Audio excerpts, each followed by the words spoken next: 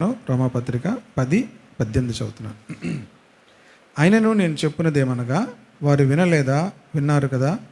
వారి స్వరము భూలోకమందంతటికి, వారి మాటలు భూదిగంతముల వరకును బయలువెళ్ళెను. మరియు నేను చెప్పినదేమనగా, ఇశ్రాయేలునకు తెలియకుండిన జనము కాని వారి వలన మీకు రోషం పుట్టించదను, అవివేకమైన జనము వలన మీకు ఆగ్రహం కలుగచేతును అని మొదట మోషే చెప్పుచున్నాడు. మరియు యెషయా తెగించి, నన్ను వెదకని వారికి నేను దొరికితిని, నన్ను విచారింపని వారికి ప్రత్యక్షమైతే నేను చెప్పుచున్నాడు. ఇశ్రాయేల్ విషయమైతే అవిధేయులై ఎదురాడు ప్రజలకు నేను దినమంతయు నా చేతులు చాచితినని చెప్పుచున్నాడు. ఇక్కడ 20 వచనం పై వచనాలన్నీ కూడా సువార్తను గురించి చెప్పిన మాటలు మనం చూస్తాము. ఎందుకంటే 15వ వచనం నుంచి కూడా మనము చూస్తే ఈ అధ్యాయంలో సువార్తను గురించి అనే మాటను కొన్ని మాటలు మనకు ఉంటాయి. సువార్తను క్రైస్తవులు ప్రకటించకపోతే హ్యాపీగా ఉండొచ్చు. సువార్తను క్రైస్తవులు ప్రకటించకపోతే అసలు ఏ ఇబ్బంది వాళ్ళకి కలగదు. వాళ్ళు హ్యాపీగా మన దేశంలో ఉండొచ్చు, ఎక్కడైనా హ్యాపీగా ఉండొచ్చు. సువార్తను ప్రకటించడం ద్వారానే వాళ్ళకి ఇబ్బంది కలుగుతుంది. అయితే అసలు ఎందుకు ప్రకటించాలి సువార్త? ప్రకటించకపోతే ప్రాబ్లం ఏంటి అంటే వారికి తెలియదు. సువార్త ప్రకటించకపోతే వాళ్లకు తెలియదు. కనుక సువార్త అనేది చాలా వెర్రితనం. సువార్త ఏంటి? వెర్రితనం. ఇప్పుడు ఎవరి దగ్గరికైనా వెళ్ళి సువార్త అంటే ఏంటి యాక్చువల్గా అంటే, 1 కొరింథీ పత్రిక 1వ అధ్యాయము 17వ వచనం చదువుదాం.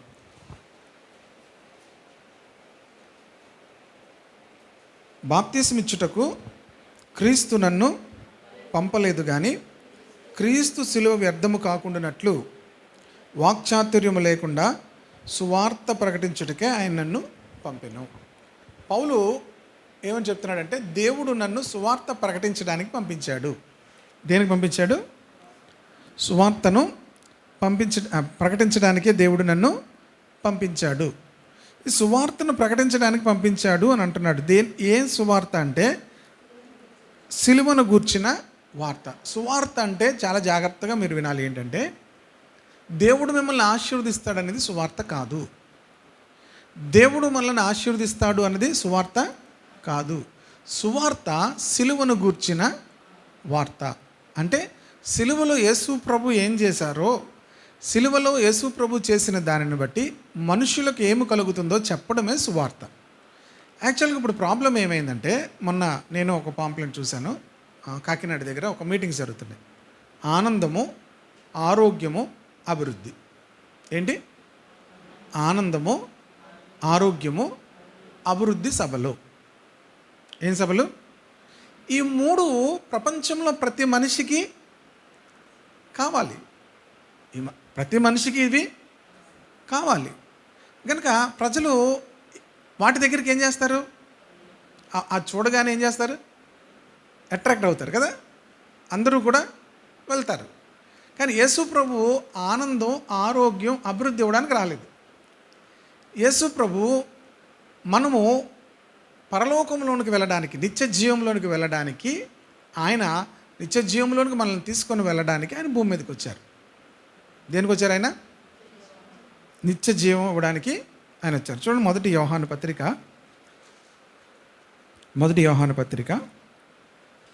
5వ అధ్యాయము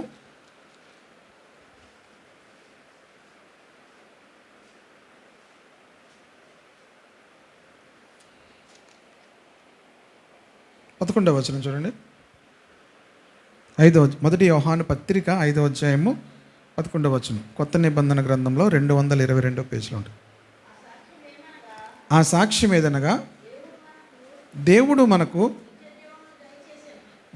మనకు నిత్య జీవమును దయచేసెను. ఆ జీవం ఎక్కడుంది? దేవుడు మనకు నిత్య జీవము దయచేసెను. ఆ జీవం ఎక్కడుంది? ఆయన యొక్క కుమారుని యందు ఉంది. దేవుని కుమారుని అంగీకరించేవాడు జీవం గలవాడు, దేవుని కుమారుని అంగీకరింపనివాడు జీవము లేని వాడే, వాడు అంటలేదు, వాడే అంటే అర్థం ఏంటి? అంగీకరించకపోతే ఇంకా జీవం లేదు వాళ్ళలో, డిక్లేర్ చేస్తాడు. ఓకేనా? కనుక దేవుని కుమారుని అంగీకరించేవాడు జీవము గలవాడు, అంగీకరింపని వాడు జీవం. దేవుడు మనకు నిత్య జీవాన్ని ఇచ్చాడు. ఆ జీవం ఎవరి దగ్గర ఉంది? కరెక్ట్గా చూడండి మళ్ళీ. ఆ జీవము ఆయన కుమారుని యందు ఉంది. ఆ నిత్య జీవం ఎవరిలో ఉంది? దేవుడు మనకు నిత్య జీవం దయచేశాడు. ఆ జీవం ఎవరిలో ఉంది? కనుక ఇప్పుడు ప్రతి ఒక్కరు ఎవరిని అంగీకరించాలి? కుమారుడైన యేసుక్రీస్తుని ఏం చేయాలి? నిత్య జీవం కావాలంటే కుమారుని అంగీకరించాలి. కనుక ఇది సువార్త. యేసు ప్రభు గురించి మనం చెప్పడం ఏంటంటే, యేసు ప్రభు గురించి మనం చెప్తున్నామంటే నిత్య జీవం దేవుడు దయచేస్తాడు. ఇప్పుడు ఎవరు అంబానీ, ముఖేష్ అంబానీ దగ్గరికి వెళ్ళి ఆనందం, ఆరోగ్యం, అభివృద్ధి అన్నాం అనుకోండి, ఆడు ఏమంటారు చెప్పండి? ఆనందం, అభివృద్ధి. వాడికి ఉన్న బిల్డింగ్స్ వాడి దగ్గర 600 మంది పైన పనివాళ్ళు ఉంటారంట ఆ బిల్డింగ్లో.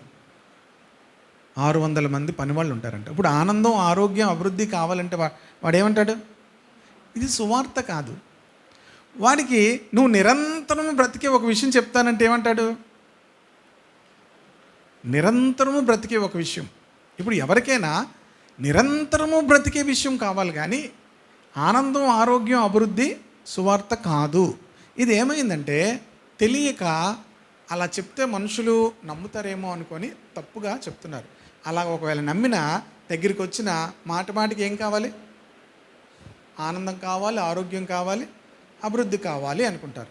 కానీ యేసు ప్రభు దానిని ఇవ్వడానికి రాలేదు. ముఖ్య కారణం దేనికి వచ్చాడు? ఆయన నిత్య జీవం ఇవ్వడానికి ఆయన వచ్చాడు. కనుక ఎలాగే ఆ నిత్య జీవం గురించి మనకు తెలుస్తుందంటే సువార్తను మనం విని, సువార్త అంటే ఏంటి? యేసుక్రీస్తుని గురించినటువంటి వార్త. మళ్ళీ ఇప్పుడు కొరింథీ పత్రిక వద్దాం, ఆ కాన్సెప్ట్లో ఇప్పుడు చదువుదాం.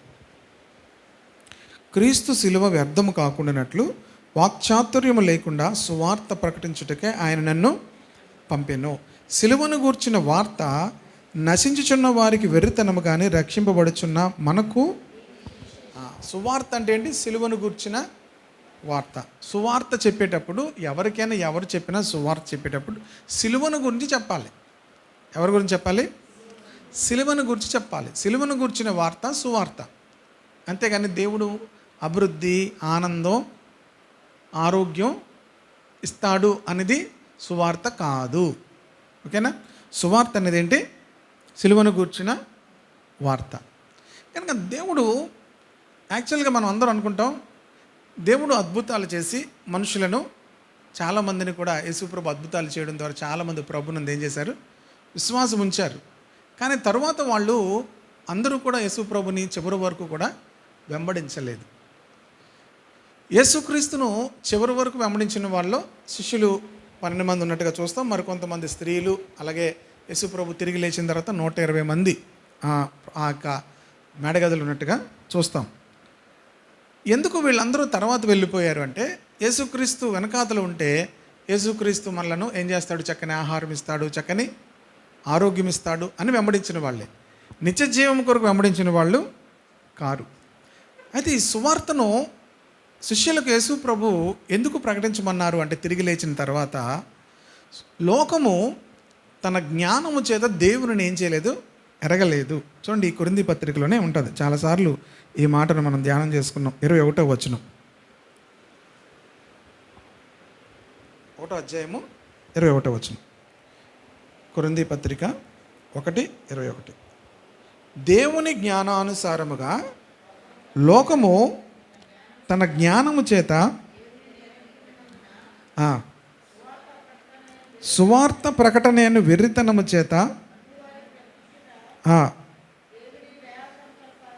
దేవుని దయా సంకల్పం ఆయన. ఇది చాలా జాగ్రత్తగా మీకు అర్థమవుతే మనం ఎందుకు సువార్త చెప్పాలి? సువార్త ఎందుకు యేసు ప్రభు చెప్పమన్నారు? శిష్యులకు ఆయన చెప్పాడు, మీరు సమస్త దేశములకు వెళ్ళి సువార్తను మీరు ప్రకటించండి, మనుషులు నాకు శిష్యులుగా చేయండి, తండ్రి కుమార పరిశుద్ధాత్మ నామములో బాప్తిస్మము ఇవ్వండి అని ఆయన ఆజ్ఞాపించారు.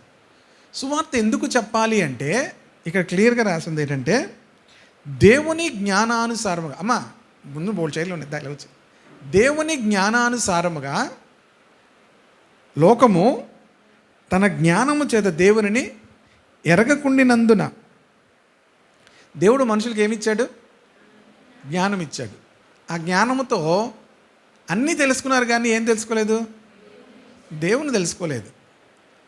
దేవుని తెలుసుకోవాలి అంటే మనిషికి ఏం చేస్తే తెలుసుకోవచ్చు? రోమపత్రిక 1వ అధ్యాయంలో చెప్పాను ఏం చేస్తే తెలుసుకోవచ్చు అని. 18 నుంచి చూడండి.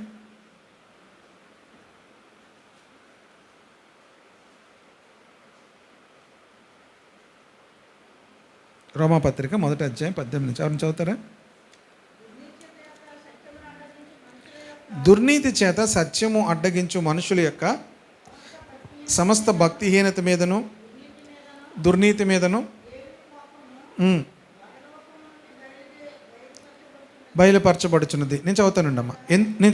ఎందుకనగా దేవుని గూర్చి తెలియశక్యమైనది ఏదో అది వారి మధ్య విషదమై ఉన్నది. దేవుడు వారికి విషదపరచెను. ఆయన అదృశ్య లక్షణములు అనగా ఆయన నిత్యశక్తియు దేవత్వమును జగతుత్పత్తి మొదలుకొని సృష్టింపబడిన వస్తువులను ఆలోచించుట వలన తేట పడుచున్నవి కనుక వారు నిరత్తులై ఉన్నారు.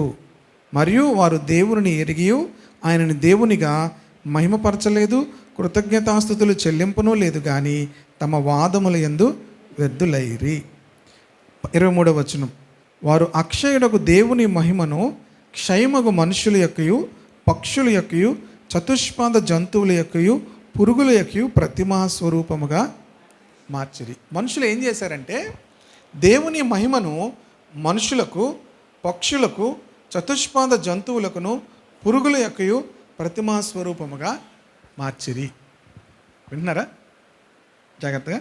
కనుక దేవుని గురించి ఏమి తెలియాలో దేవుడు మనుషులకు తెలియచేశాడు. కానీ వాళ్ళు ఏం చేశారట? వాళ్ళు దేవునిగా మహిమపరచకుండా మనుషులకు, పక్షులకు, చతుష్పాద జంతువులకు, పురుగులకు ప్రతిమా స్వరూపముగా మార్చేశారు. కనుక దేవుడు ఇప్పుడు ఏం చేశాడంటే జ్ఞానముతో, దేవుడు జ్ఞానం ఇస్తే ఏం చేశాడు? వాళ్ళు జ్ఞానంతో ఏం చేశారు? దేవునిని మహిమపరచకుండా ఏం చేశారు? మనుషులకు దేవుని మహిమపరచకుండా దేవుని మహిమను ఏం చేశారు?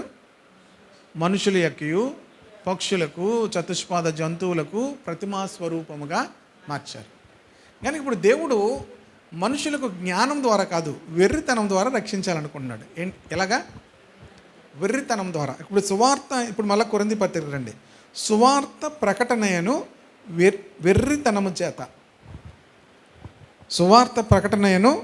వెర్రితనము చేత మనుష్యులను రక్షించుట దేవుని దయాపూర్వక సంకల్పమాయను. ఇది మీకు అర్థం అవ్వాలి.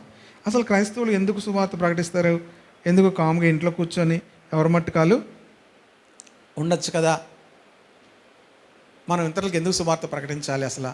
అందుకే ఇంత చెప్పాను, సువార్త ప్రకటించకపోతే అసలు మనకు ఏ విధమైన ఇబ్బంది లేదు.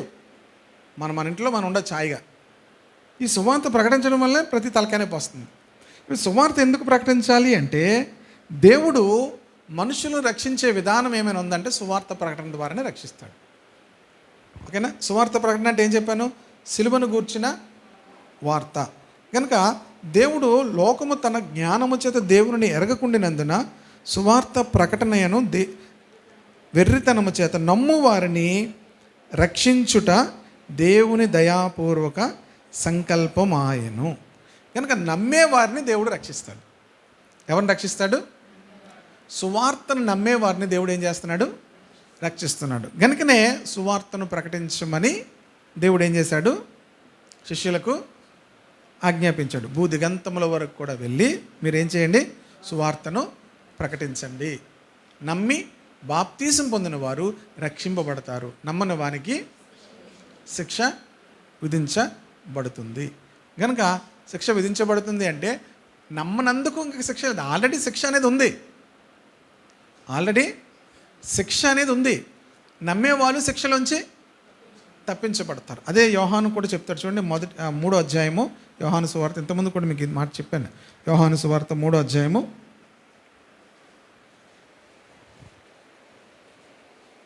17-18 వచనం. 3వ అధ్యాయం 17-18. లోకము తన కుమారుని ద్వారా రక్షణ పొందుటకే గాని లోకమునకు తీర్పు తీర్చుటకు దేవుడు ఆయనను లోకములోనికి పంపలేదు. దేవుడు లోకంలోని యేసుక్రీస్తుని ఎందుకు పంపించాడు అంటే తీర్పు తీర్చడానికి కాదు. దేనికి పంపించాడు? అందులో ఉంది, చూసి చెప్పచ్చు మీరు. ఇక్కడ ఉంది, రక్షణ పొందడానికి. దేవుడు మనుషులను ఏం చేయడానికి పంపించాడు? యేసు ప్రభుని రక్షించడానికే పంపించాడు. అయితే ఆయన యందు విశ్వాసం ఉంచువానికి తీర్పు తీర్చబడదు. విశ్వసింపని వాడు దేవుని అద్వితీయ కుమారుని నామమందు విశ్వాసం ఉంచలేదు గనుక వానికి ఇంతకు మునిపే, అంటే అర్థం ఏంటి? ఇంతకు మునిపే తీర్పు అనేది తీర్చబడింది. ఇప్పుడు తీర్పులోంచి తప్పించడానికి యేసు ప్రభు వచ్చాడు. అర్థమవుతుందా మీకు? తీర్పు అనేది మనుషులకు ఆల్రెడీ జడ్జిమెంట్ అనేది వచ్చింది. ఎందుకంటే దేవుని ఎరగనందున. పెద్ద తప్పు ఏమనుకుంటున్నారు మీరు? నేను సినిమా చూశాను, లేకపోతే నేను పాపం చేశాను, లేకపోతే అది చేశాను, వీటన్నిటికీ మించి పెద్ద తప్పు ఏంటనుకుంటున్నారు? దేవునిని ఎరగకపోవడం, దేవునిని మహిమపరచకపోవడం, దేవునికి కృతజ్ఞతాస్తుతులు చెల్లించకపోవడం, దేవునిని ఆరాధించకపోవడం. మొట్టమొదటి ఆజ్ఞ ఏంటి? 10 ఆజ్ఞల్లో మొదటి ఆజ్ఞ ఏంటి? నీ దేవుడని యెహోవా నేనే తప్ప వేరొక దేవుడు ఉండకూడదు. రెండవది ఏంటి? ఆకాశం అందు కానీ భూమి ఎందు కానీ భూమి కింద జలముల్లో కానీ ఏ రూపమును కూడా చేసుకోకూడదు. అంటే మొదటగా ఏం చేయాలంటే దేవుని మనము ఆరాధించాలి, దేవుని మనము ప్రేమించాలి. ఇంకా మీరు కొత్త నిబంధనలకు వస్తే మొదటి ఆజ్ఞ ఏం చెప్పారు యేసు ప్రభు? నీ దేవుని నీవు ఏం చేయాలి? పూర్ణ హృదయంతోనూ, పూర్ణ ఆత్మతోనూ, పూర్ణ మనస్సుతోనూ. ఇక్కడ చాలా విచిత్రంగా ఉంటుంది. నేను మొన్న ఆలోచిస్తున్నాను, మిగతా విశ్వాసాల్లో దేవుని నమ్మడం కొంతవరకు ఉంటుంది, దేవుని కొంత నమ్మడం ఉంటుంది, భక్తి అనేది ఉంటుంది. కానీ దేవుని ప్రేమించడం అంటూ ఉండదు. మీకు అర్థమవుతుందా? దేవుని భక్తి ఉంటుంది. భక్తి అంటే ఏంటి? ఆ దేవుని దగ్గరికి వెళ్ళి దండం పెట్టుకోవడం, మనం మంచిగా ఉండాలని, క్షేమంగా ఉండాలి, మన కుటుంబం బాగుండాలని ప్రార్థన చేసుకోవడం. ఇదంతా ఏంటి? భక్తి. ప్రేమించడం ఏంటి?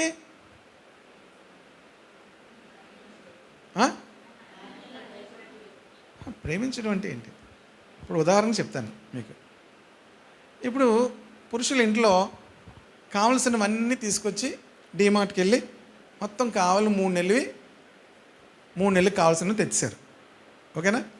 3 నెలలకు కావాల్సినవన్నీ తెచ్చారు. కాయగూరలు తెచ్చారు, పళ్ళు తెచ్చారు. ఏంటి? కానీ మాట్లాడట్లేదు, పిల్లల్ని ప్రేమించట్లేదు. మీకు అర్థమవుతుందా? పిల్లల్ని ప్రేమించట్లేదు, భార్యని ప్రేమించట్లేదు, అన్నీ తెచ్చారు. ఇప్పుడు ఏంటి నువ్వు నన్ను నీకేం కావాలి? నీకు కావాల్సినవన్నీ నేను తెచ్చాను కదా. కానీ ఏమడుగుతున్నారు? కొంతమంది భార్య భర్తలు గొడవలు ఇది వచ్చింది, అందుకే మీకు చెప్తున్నా. ఏమవట్లేదు? ఈయన అంటాడు నేను కావాల్సినవన్నీ ఇంకేం తేవాలి, ఇంకేం పెట్టాలి. మనిషికి ఏం కావాలి? మనం అనుకుంటాం ఆహారం, వస్త్రాలు, సదుపాయాలు ఉంటే చాలు అనుకుంటారు. కానీ మనిషికి ఏం కావాలి? ప్రేమ కావాలి. దేవునికి ఏం కావాలి? దేవుని రూపంలో మనం సృష్టించబడ్డాం. దేవుడు ఏం కావాలి? మన నుంచి ఏం కోరుకుంటున్నాడు? మనం ఆయన ప్రేమించాలని కోరుకుంటున్నాడు. అర్థమవుతుందా మీకు? దేవుని దగ్గరికి వచ్చాను, నేను బైబిల్ చదువుకున్నాను, ప్రార్థన చేసుకున్నాను, కాన్కేసాను, ఇంకేం చేశారు, మీరు ఏం చేశారో అవన్నీ చెప్తారు. కానీ దేవుడు ఏమంటాడు? నువ్వు నన్ను ఏం చేయట్లేదు. అదేంటి ప్రభా, చర్చకొచ్చాను, ప్రార్థన చేస్తున్నాను, నాకు ఏం కావాలి అన్నీ అడుగుతున్నాను. ప్రార్థన అంతా అదే కదా, మనకి ఏం కావాలి అది అడగడమే కదా. నాకు ఏం కావాలి అన్నీ అడుగుతున్నాను, చర్చికి వెళ్తున్నాను, బైబిల్ అప్పుడప్పుడు చదువుతున్నాను, ఇంక నీకేం కావాలి ప్రభా? దేవుడు ఏమంటాడు? నువ్వు నన్ను ఏం చేయట్లేదు, ప్రేమించట్లేదు. దేవుడు మనుషుల నుంచి ఏమని, ఇప్పుడు మీరు అడుగుతారు మీ పిల్లల్ని, ఏ ప్రేమించట్లేదురా, అయినా నువ్వు ఎంతకుముందు అలాగా నాకు ఫోనే చేయట్లేదురా. 2 రోజులు ఫోన్ చేయకపోతే ఏం చేస్తారు పిల్లలు? ఒకసారి లిడియా అలాగింది బెన్నీ మీద. ఆడు ఎక్కడికి వెళ్ళాడు, అన్నీ నాకే చేస్తున్నాడు ఫోన్. ఏంటి 2 రోజుల నుంచి ఏం ఫోన్? నాకు చేస్తున్నాడు, రోజు చేస్తున్నాడు, మెసేజ్ పెడుతున్నాడు అన్నాను. ఆహా అన్నది. ఆహా అని సైలెంట్ అయింది. కొంచెం ఏమైంది? సైలెంట్ అయింది. ఏమైంది ఇప్పుడు? ఏమవట్లేదు? ప్రేమించట్లేదు. మనిషికి ఏం కావాలట? ప్రేమ కావాలి. ఆహారము ఇవన్నీ అవసరం, వీటికి మించి ఏం కావాలి? ప్రేమ కావాలి. దేవునికి ఏం కావాలి? మన ప్రేమ కావాలి. దేవునికి ఏం కావాలి? మనం దేవుని ఏం చేయాలి? ప్రేమించాలి. అందుకే మొదటి ఆజ్ఞ ఏంటి? నీ దేవుని నువ్వు పూర్ణ హృదయంతోనూ, పూర్ణ ఆత్మతోనూ, పూర్ణ బలముతోనూ, వివేకముతోనూ ప్రేమించాలి. అంటే దేవునితో మనం చెప్పాలి, దేవా నేను నిన్నేం చేస్తున్నాను? నువ్వు నన్ను సృష్టించావు, నువ్వు నన్ను బ్రతికించావు, నువ్వు నన్ను నడిపిస్తున్నావు, అన్నిటికీ మించి నా కోసం ప్రాణం పెట్టావు. నేను నిన్నేం చేస్తున్నాను? ప్రేమిస్తున్నాను. నేను నిన్నేం చేస్తున్నాను? యేసు ప్రభు పేతురుని సేవకు పంపించక మునుపు ఏమడిగాడు? పేతురు నువ్వు నన్ను ఏం చేస్తున్నావు? ప్రేమిస్తున్నావా? అంతటితో అడిగాడా? వీళ్ళందరికన్నా ఎక్కువగా నన్ను? అదేంటి అలాగ అడుగుతున్నాడు దేవుడు? పిల్లలు చిన్నప్పుడు ఏమడుగుతారు పిల్లల్ని తల్లిదండ్రులు? అరే నీకు మమ్మీ అంటే ఇష్టమా, డాడీ అంటే ఇష్టమా అడుగుతుంటారు కదా చాలామంది. మమ్మీ అంటే ఇష్టమా, డాడీ అంటే ఇష్టమా? ఎందుకు అడుగుతారు చెప్పండి? నాకు మమ్మీ. కొంతమంది ఇప్పుడు పిల్లలు చాలా తెలివైపోయారు. నువ్వంటే ఇష్టం మమ్మీ అంటారు, వీడి దగ్గరికి అయిపోతుంది. తర్వాత ఆ డాడీ దగ్గరికి వెళ్ళి నువ్వంటే ఇష్టం డాడీ అంటారు. ఈ 2 చోట్ల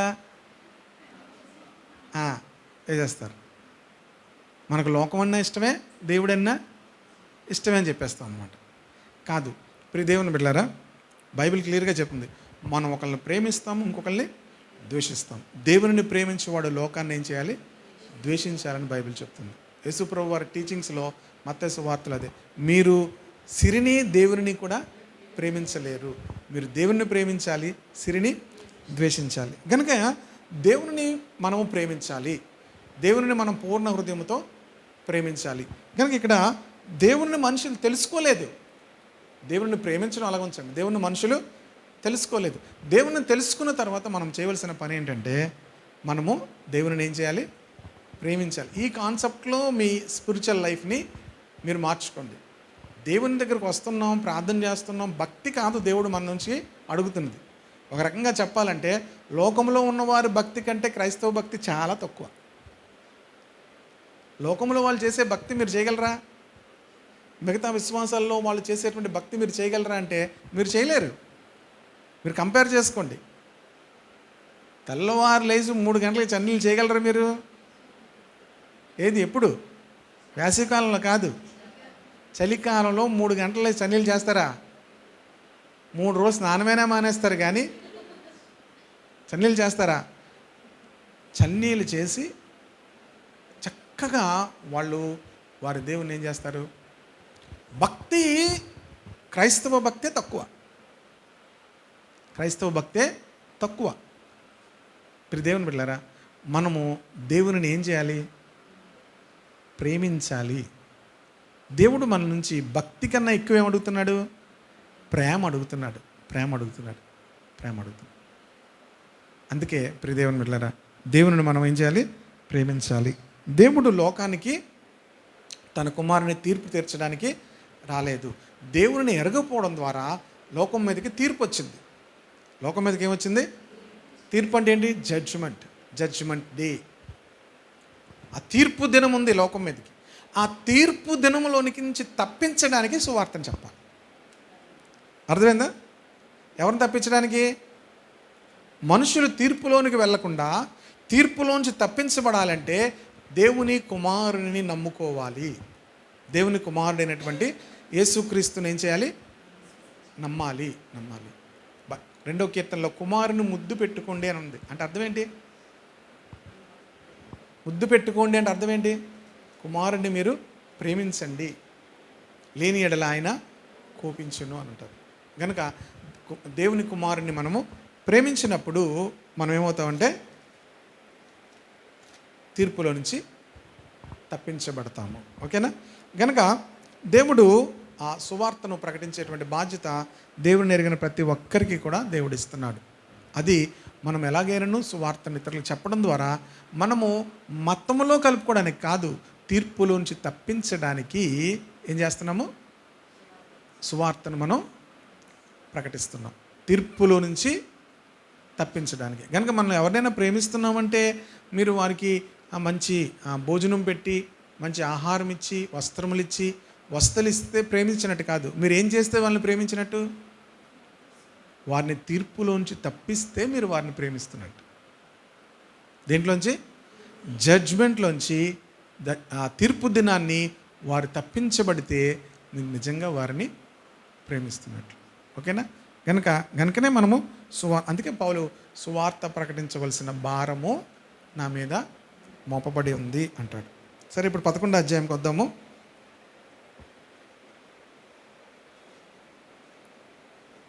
అందులో చాలా విషయాలు ఉన్నాయి. ఇంకా దేవుడు నన్ను వెదకని వారికి దొరికితిని, నన్ను విచారింపవానికి ప్రత్యక్షమైతిని, ఇశ్రాయేల్ అయితే అవిధేయులై ఎదురాడు ప్రజలకు నేను దినమంతయు.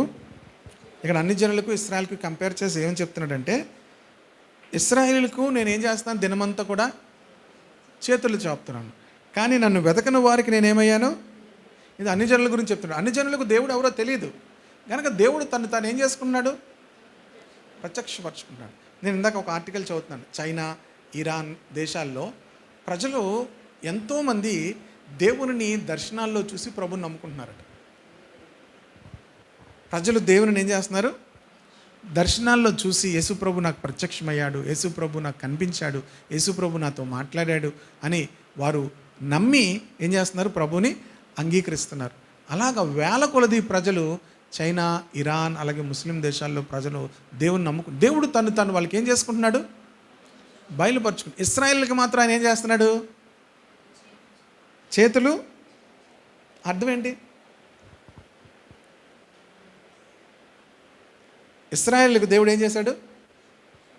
చేతులు చాపించాడు. అన్ని జనులకు ఏం చేశాడు? ఆయన దొరికాను అంటున్నాడు. విచారింపని వానికి నేను ప్రత్యక్షమయ్యాను అంటున్నాడు. తేడా ఏంటి చెప్పండి?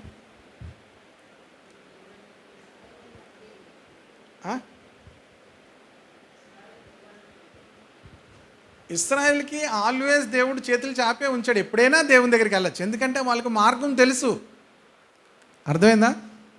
ఇప్పుడు మీకు ఇంక సింపుల్గా అర్థం అవ్వాలంటే, లోకాసువార్త 15వ అధ్యాయంలో తప్పిపోయిన కుమారుని గురించి చెప్తాడు. తండ్రి వెళ్ళాడా వెతకడానికి? ఎందుకు వెళ్ళలేదు? వాడికి దారి తెలుసు, వాడు రావాలి. ఏం చేశాడు? వాడు వచ్చాడు, నాకు వద్దు నువ్వు అని వెళ్ళిపోయాడు. ఇశ్రాయేలు దేవుని కుమారుని తృణీకరించారు. మాకు వద్దు, నువ్వు మెస్సేవ్ కాదు అని తృణీకరించారు. మెస్సేవ్ వస్తాడని వారికి తెలుసు, మెస్సయ్య వస్తాడని తెలుసు, కానీ వాళ్ళు తృణీకరించారు. వాళ్ళు రాజును తృణీకరించారు. కనుక వాళ్ళు దేవుని వైపు తిరిగితే దేవుడు ఎప్పుడు కూడా వాళ్ళకి చేతులు చాపే ఉంచాడు. కానీ అన్ని జనులకు దేవుడు తెలియదు కనుక దేవుడు వాళ్ళకి ఏమవుతున్నాడు? అర్థమవుతుంది మీకు? అన్ని జనులకు దేవుడు తెలియదు కనుక దేవుడు ఏం చేస్తున్నాడు? కళ్ళ ద్వారా, దర్శనాల ద్వారా, అనేకమైనటువంటి విధానముల ద్వారా దేవుడు వారితో ఏం చేస్తున్నాడు? మాట్లాడుతూ, ప్రత్యక్షమవుతూ తాను బయలుపరుచుకుంటున్నాడు. కానీ ఇశ్రాయేలులకు చేతులు చాపించాడు. మీరు ఎప్పుడు వచ్చినా నేను అంగీకరిస్తాను. కనుక ఆ కుమారుడు రాగానే ఏం చేశాడు? అంగీకరించాడు. మెడ మీద పడి ముద్దు పెట్టుకొని ఆ పాత వస్త్రాలు తీసేసి కొత్త వస్త్రాలు ఇచ్చి విందు చేశాడు. అర్థమవుతుంది కదా? దానికి ముందు ఇంకొకటి చెప్పాడు. వెతుకుతుంది అనే మాట ఉంటుంది కదా, తప్పిపోయినటువంటి గొర్రెను. అది అన్ని జనుల గురించి. వీళ్ళు తప్పిపోయారు కనుక దేవుడు ఏం చేస్తాడు? వాళ్ళని వెతుకుతూ వాళ్ళని రక్షించాడు. ఇప్పుడు 11వ అధ్యాయంకి వద్దాం. అలాగేనా నేను అడుగున్నది ఏమనగా, దేవుడు తన ప్రజలను విసర్జించెనా? అట్లనరాదు. నేను కూడా ఇశ్రాయేలీయుడను, అబ్రహాము సంతానమందలి బెన్యామీను గోత్రమందు పుట్టినవాడను. తాను ముందెరిగిన తన ప్రజలను దేవుడు విసర్జింపలేదు. ఏలియాను గుర్చిన భాగంలో లేఖనము చెప్పుచున్నది మీరు ఎరుగరా? చూడండి, దేవుడు ఇశ్రాయేలుని విసర్జించేశాడా? కాదు, దేవుడు ఏం చేయలేదు? విసర్జించలేదు. నేను కూడా ఇశ్రాయేలునే, దేవుడు నన్నేమి విసర్జించలేదు అంటున్నాడు. నేను అబ్రహాము సంతానమందలి బెన్యామీను గోత్రంలో పుట్టినవాడును. దేవుడు నన్ను కూడా ఏం చేశాడు? రక్షించాడు. మరి మనం చూస్తే పౌలు ఒక రకంగా చెప్పాలంటే ఇశ్రాయేలీయుడు, బెన్యామీను గోత్రంలో పుట్టిన వ్యక్తి సంఘాన్ని ఏం చేసేవాడు అంటే హింసించేవాడు. ఎవరైనా క్రైస్తవులు అయ్యారనుకోండి, వాళ్ళని కొట్టి ఏం చేసేవాడు. ఇప్పుడు చాలామంది క్రైస్తవులను ఆయా దేశాలు, ఆయా రాష్ట్రాల్లో ఏం చేస్తున్నారు, నమ్ముకుంటే హింసిస్తున్నారు కదా. పౌలు కూడా ఏం చేసేవాడు, ఎవరైనా క్రైస్తవులైనా, ఎక్కడైనా ప్రార్థన అయినా వాళ్ళని ఏం చేసేవాడు, హింసించేవాడు, కొట్టేవాడు.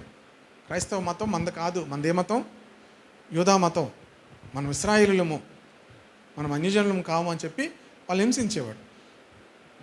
కానీ ధర్మశాస్త్రం అంతా చదివిన వ్యక్తి పౌలు, ధర్మశాస్త్రం అంతా ఎరిగిన వ్యక్తి.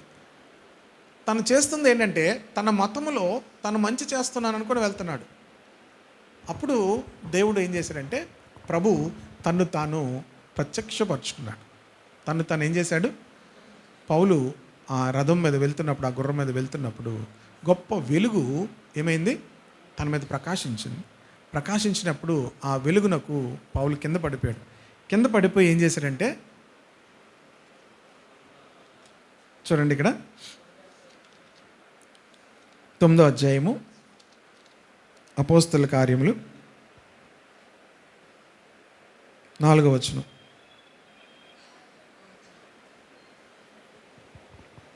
9వ అధ్యాయము 4వ వచనం.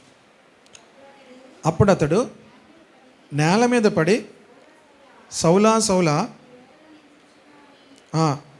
ఒక స్వరము పలుకుట వినెను, ప్రభువా నీవెవడవని అతనిని అడుగగా ఆయన, నేను నీవు హింసించుచున్న యేసును. తన్ను తానే యేసుక్రీస్తు బయలుపరుచుకున్నాడు.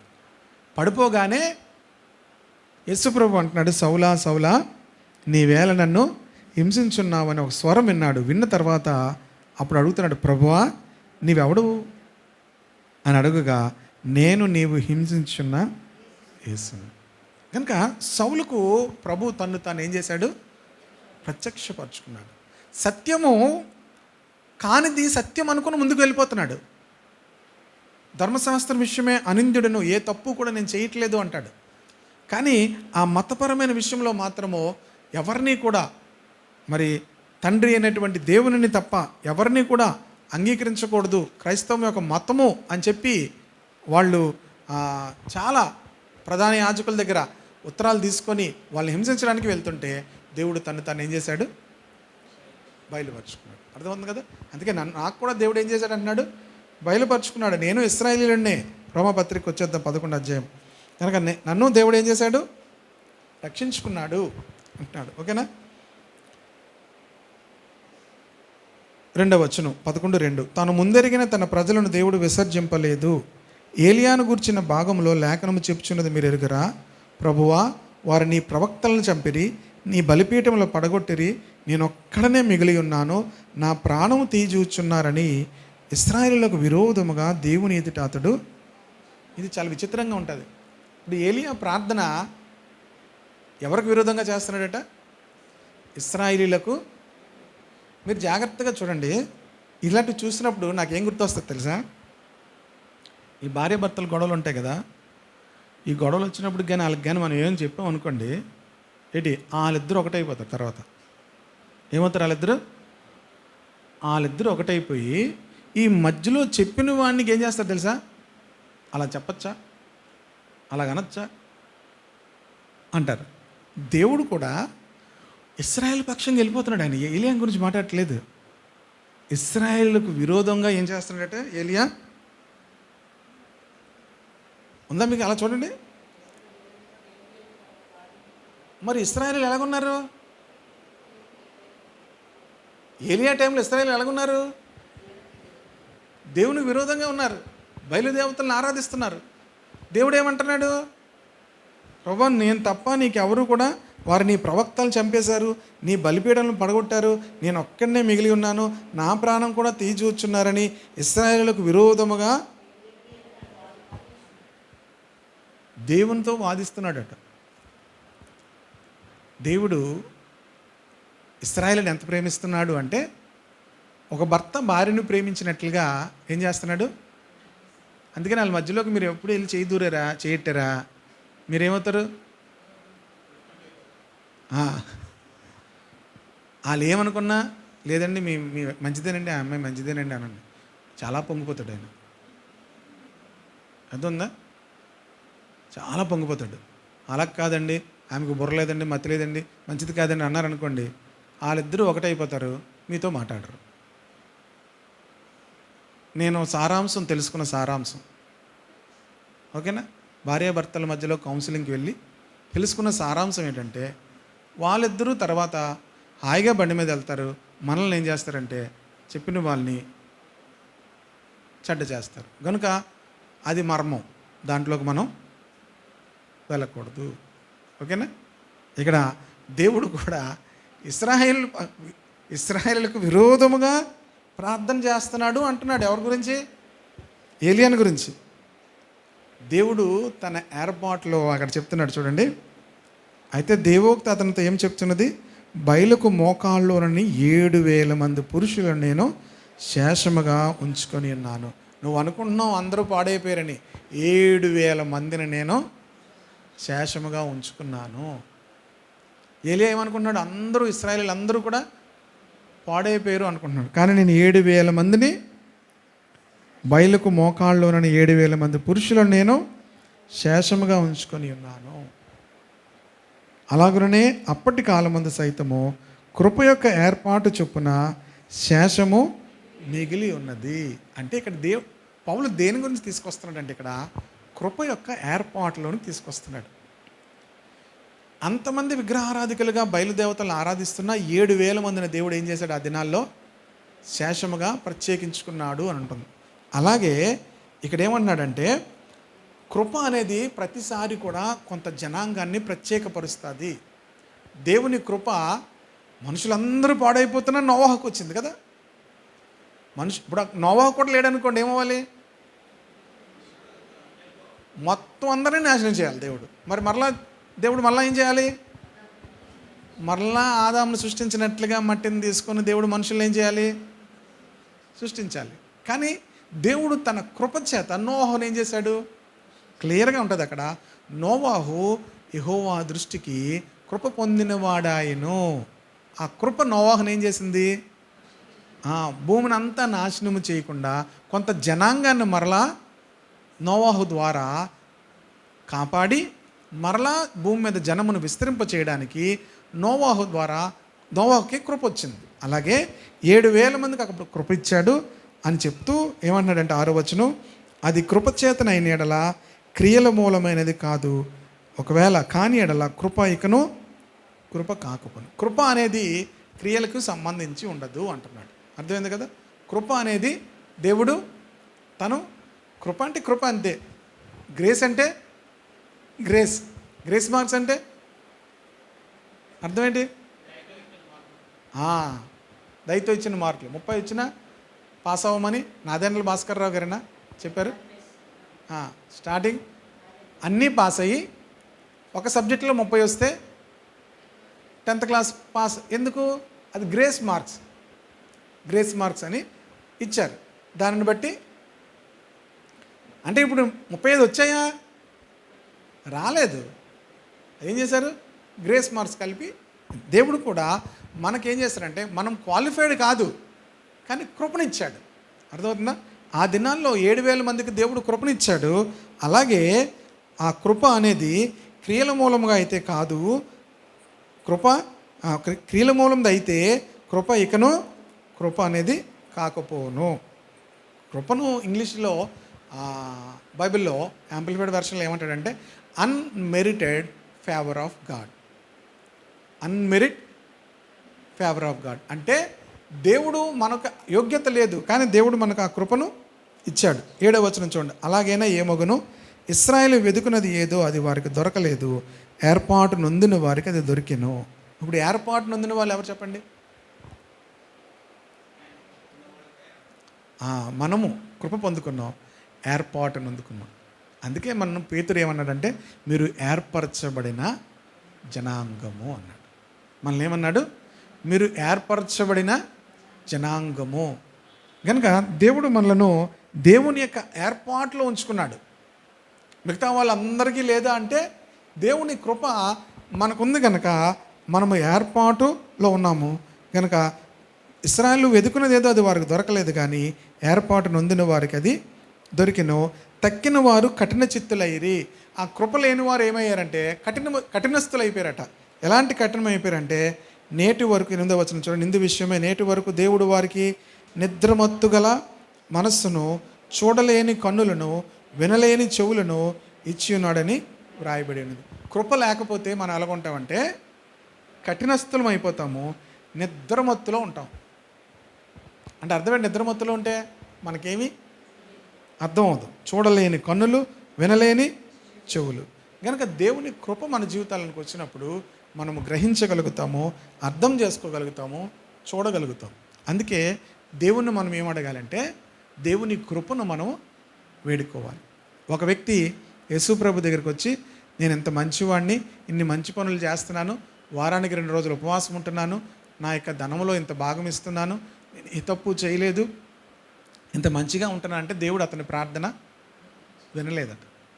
తర్వాత ఇంకొక వ్యక్తి వచ్చి ప్రార్థన చేస్తున్నాడు, ఏమనంటే, ప్రభువా, నేను ఆకాశము తట్టు కన్నులెత్తుటకు నాకు యోగ్యత లేదు, నీ సన్నిధిలో ఉండటానికి నాకు అర్హత లేదు అని నన్ను కనికరించు అని గుండెలు బాదుకొని ప్రార్థన చేస్తుంటే దేవుడు అతని నీతిమంతునిగా తీర్చాడట. అంటే కృపకు మనం ఎప్పుడైతే కనికరించు అని దేవుని అడుగుతామో దేవుడు మనకు తన కృపనిస్తాడు. అర్థమవుతుంది కదా? దేవుణ్ణి మనం ఏం అడగాలి? తన కృపను అడగాలి. 11వ వచనం కొద్దాం. ఈ విషయాలన్నీ ఇంక అలాగే ఉంటాయి. కాబట్టి నేను అడుగునది ఏమనగా, వారు పడిపోవునట్లుగా తొట్టిల్లిరా, అట్లా అనరాదు. వారికి రోషం పుట్టించుటకై వారి తొట్టుపాటు వలన అన్ని జనులకు రక్షణ కలిగెను. ఇశ్రాయేలును పౌలు ఏ మాట అంటలేదు చూడండి. దేవుని హృదయం పౌలుకి అర్థమైంది. ఇశ్రాయేలుని ఏమనంటే దేవుడు దేన్ని బట్టి ఒప్పుకోడు? చెప్పండి, దేన్ని బట్టి ఒప్పుకోడు? ఇప్పుడు ఎవరైనా మా హస్బెండ్ ఏమని అన్నారనుకోండి, ఆయన అంత ఏం చేసినా ఆయన మంచోడు అనాలి. మీరు ఏమనాలి? ఆయన మంచోడమ్మా, ఆయన మంచోడమ్మా అంటే వీళ్ళకి ఏమవుద్ది? వాళ్ళు తిట్టచ్చు, మూర్ఖుడండి, దరిద్రుడండి, లేదమ్మా మంచోడమ్మా మనం అంటే, అవునమ్మా అన్నాం అనుకోండి, అవునమ్మా మూర్ఖుడే అన్నాం అనుకోండి, తేడా వచ్చింది. కనుక మనం అది మాత్రం అనకూడదు. ఇక్కడ పౌలుకి ఇది అర్థమైంది కనుక అలా మనం అనకూడదు అంటున్నాడు. ఏమంటున్నాడు? అలాగ మనం ఏమని అట్లా అనరాదు. ఇశ్రాయేలు పడిపోయారా, తొట్టిల్లిపోయారా అంటే ఏమంటున్నాడు? అట్లా అనరాదు, మనం అనకూడదు. వారికి రోషం పుట్టించుటకే వారి తొట్టిపాటు వలన అన్ని జనులకు రక్షణ కలిగను. దాన్ని ఎంత చక్కగా మాట్లాడుతున్నాడు చూడండి. బిబ్లికల్ వేలో మాట్లాడుతున్నాడు.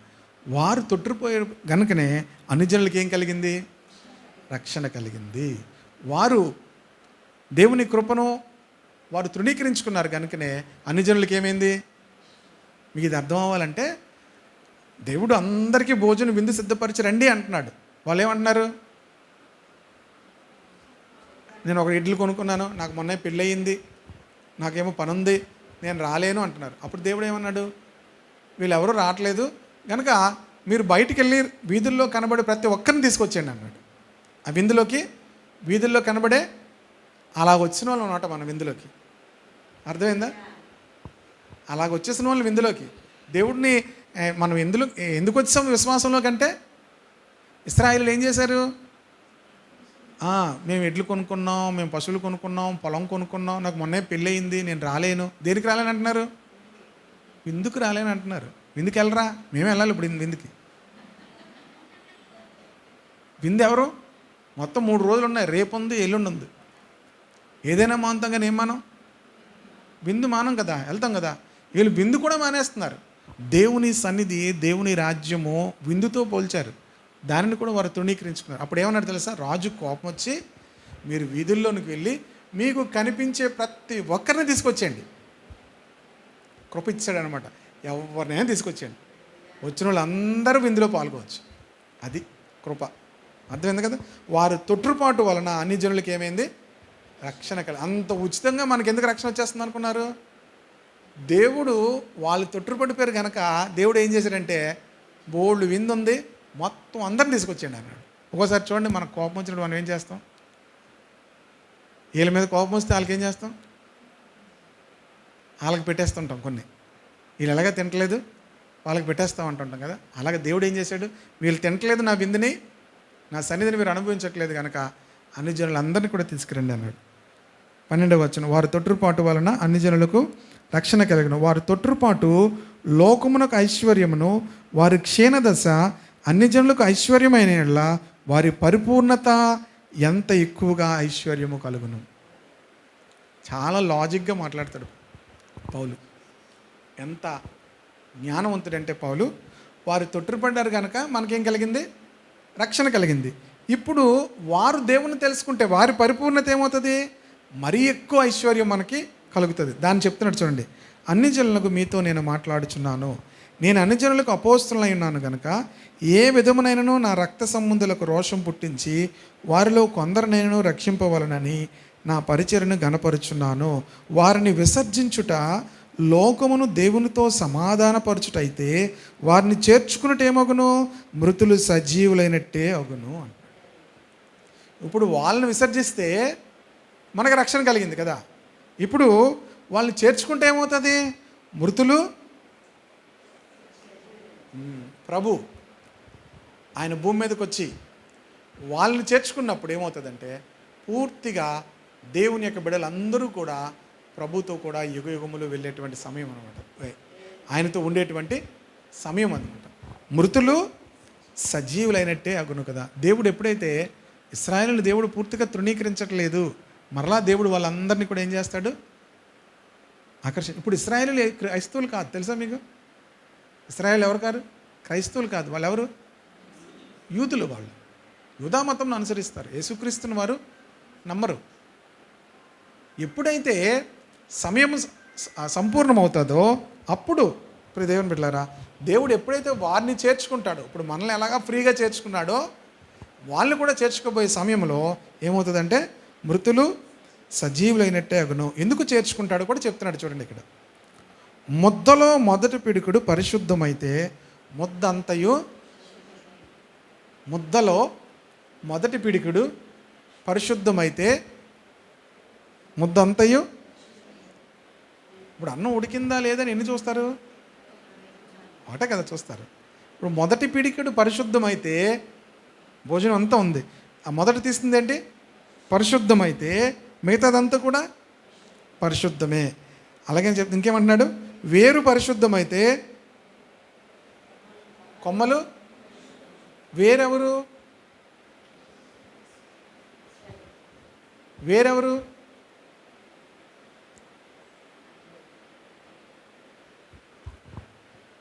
నేను నిజమైన ద్రాక్షావల్లిని,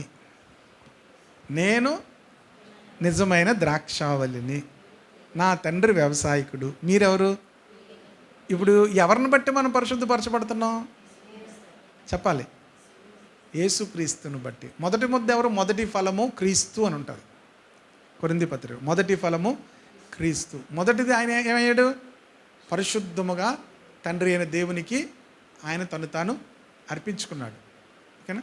కనుక మొదటి ముద్ద పరిశుద్ధమైతే ముద్ద అంతా ఏంటి, ఇది ఎలా న్యాయము, అది దేవుని న్యాయం, అది దేవునికి స్తోత్రం కలుగునుగా. మొదటి ముద్ద పరిశుద్ధమైతే మిగతా ముద్దంతా. ఆ మొదటి ముద్ద ఎవరు, యేసుక్రీస్తు. కనుక ఆయన మొదటి ముద్దగా, మొదటి ఫలముగా, కొరింథీ పత్రిక ఆయన మొదటి ఫలము అని ఉంటుంది. ఓకేనా? మొదటి ఫలముగా తండ్రి అయిన దేవునికి పరిశుద్ధముగా తను అర్పించుకున్నాడు. అప్పుడు ముద్దంతా ఏమైందట, పరిశుద్ధమే.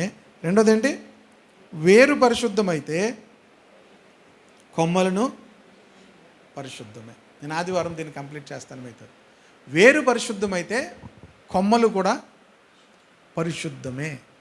ఇప్పుడు వేరెవరు, యేసుక్రీస్తు.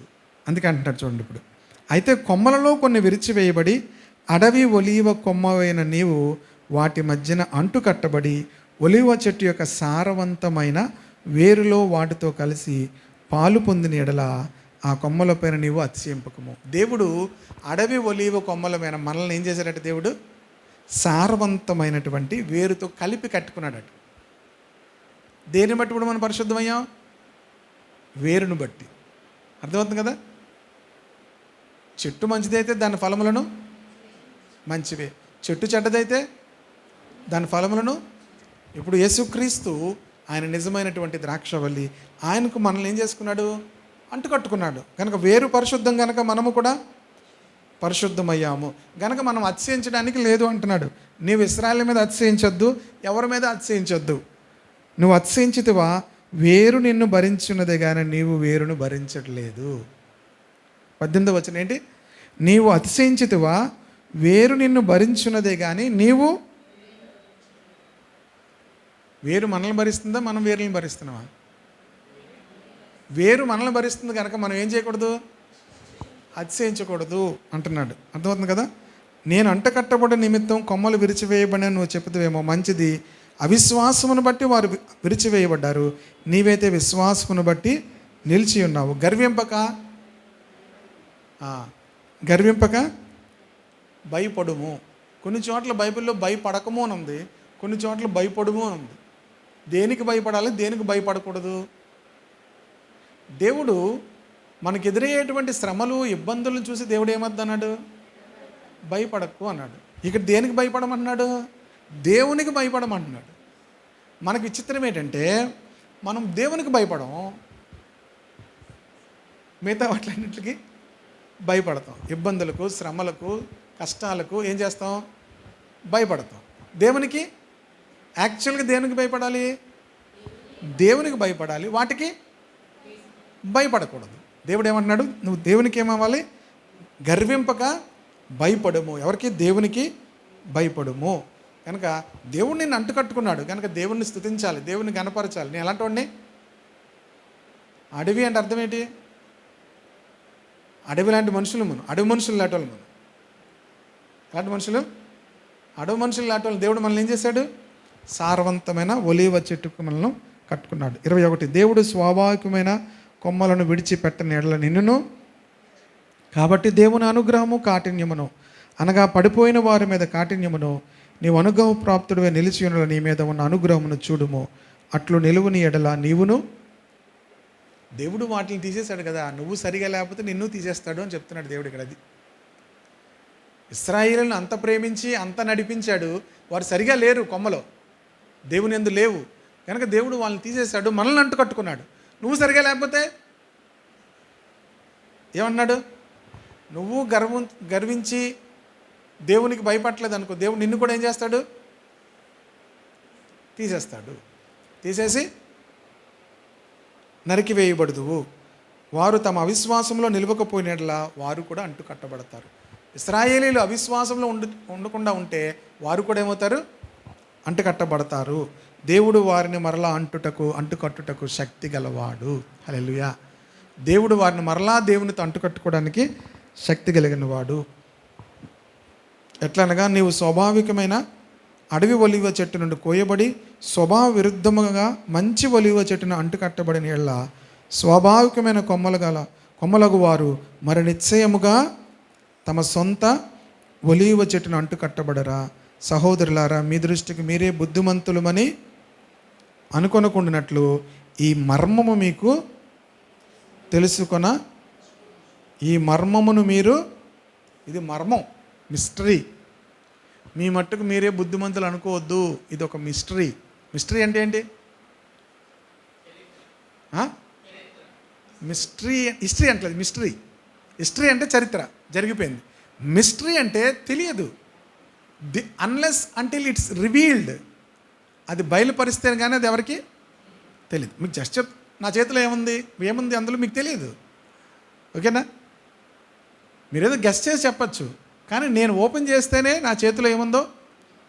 దేవుని యొక్క మిస్టరీ అనేది దేవుడు ఓపెన్ చేస్తేనే తెలుస్తుంది మనకి.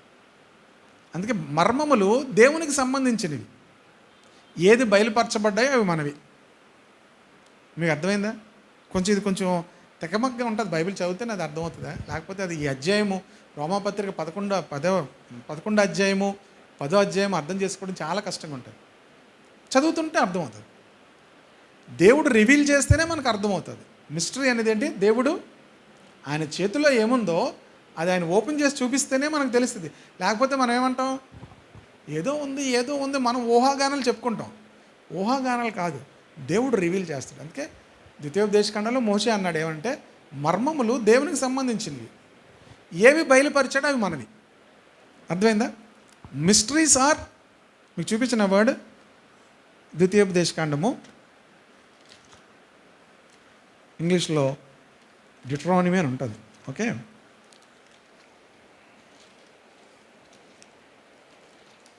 29వ అధ్యాయము 29వ వచనం చూడండి.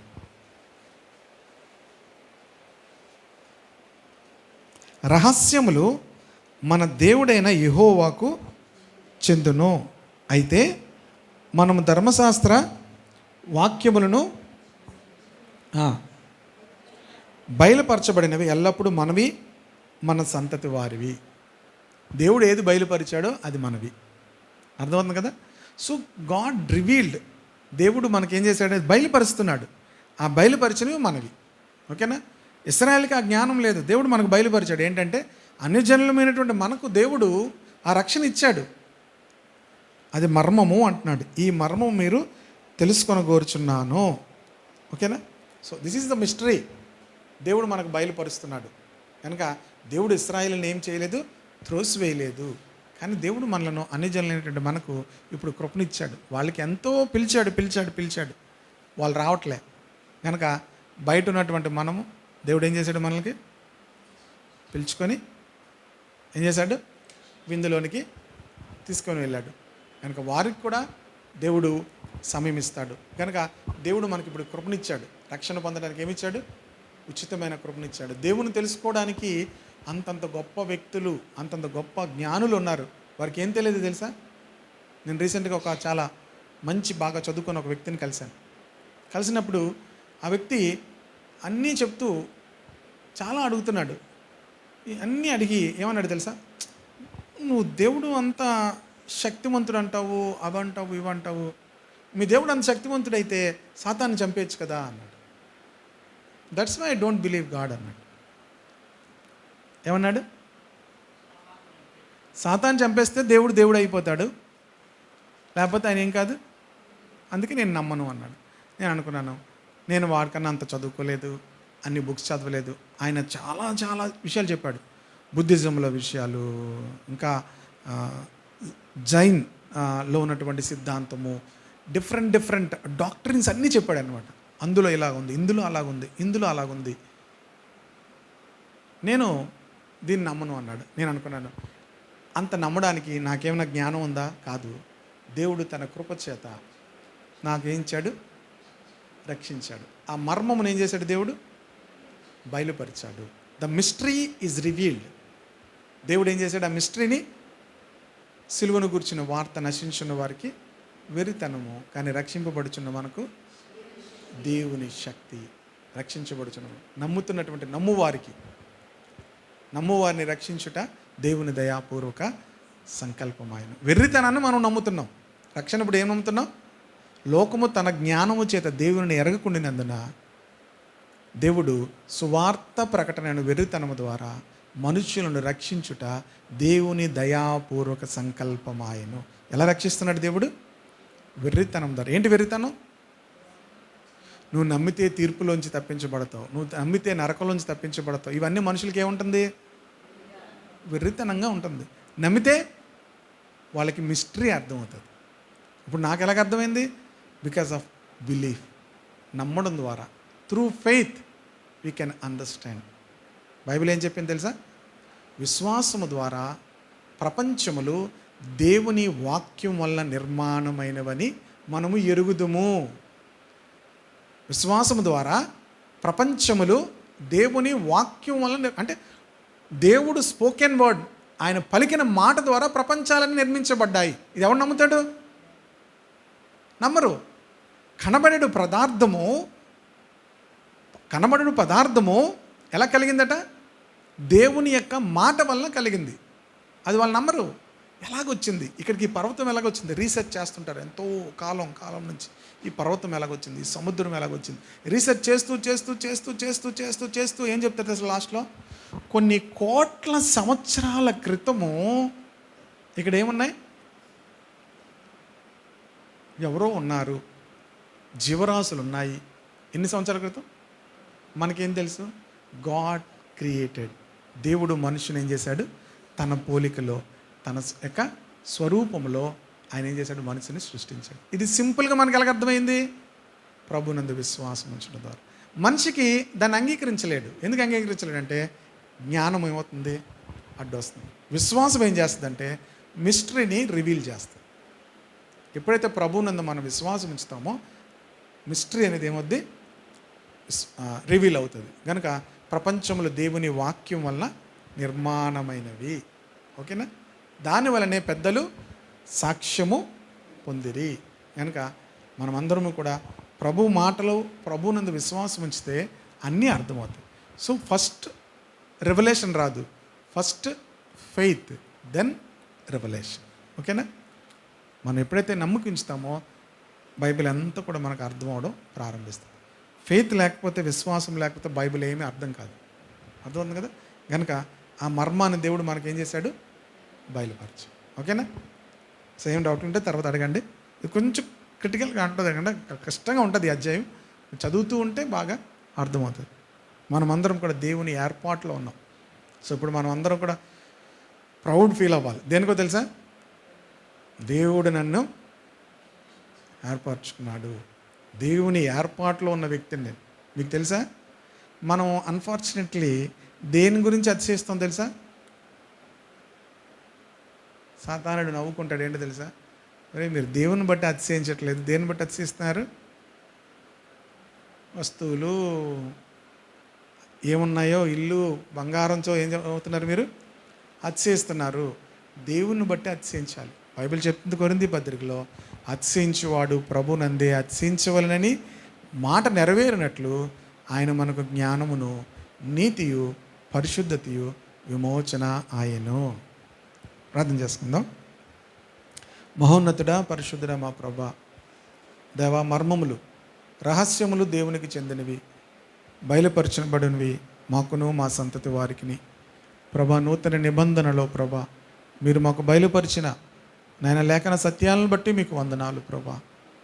మేము ఏర్పాటులో ఉన్నవారముగా, ఏర్పాటు నొందిన వారికి అది దొరికినని ప్రభా చెప్పినట్లుగా మాకు నాయన ఆ సత్యము, ఆ జీవము, ఆ వెలుగు, ఆ రక్షణ మాకు దొరికింది. మమ్మల్ని ఏర్పాట్లు ఉంచుకున్నందుకు మీకు కృతజ్ఞతలు చెల్లిస్తున్నాం ప్రభా. దేవా, నీకు వందనాలు చెల్లిస్తున్నాం. అడవి ఒలివ కొమ్మల వంటి వారమైన మమ్మలను ప్రభా, సారవంతమైన ఒలివ చెట్టు నాయన తండ్రి, నీవు దానికి మమ్మల్ని అంటుకట్టుకున్నందుకు స్తోత్రాలు తండ్రి. నాయన నీవే మొదటి ముద్దవుగా, పరిశుద్ధమైనటువంటి ఫలముగా తండ్రి అయిన దేవునికి అర్పించుకొని, ఆయన మొదటి ముద్ద పరిశుద్ధమైనది అయితే ఆయన ముద్దంతే పరిశుద్ధముగా మమ్మల్ని చేశారు. దానిని బట్టి నీకు వందనాలు చెల్లిస్తున్నాం.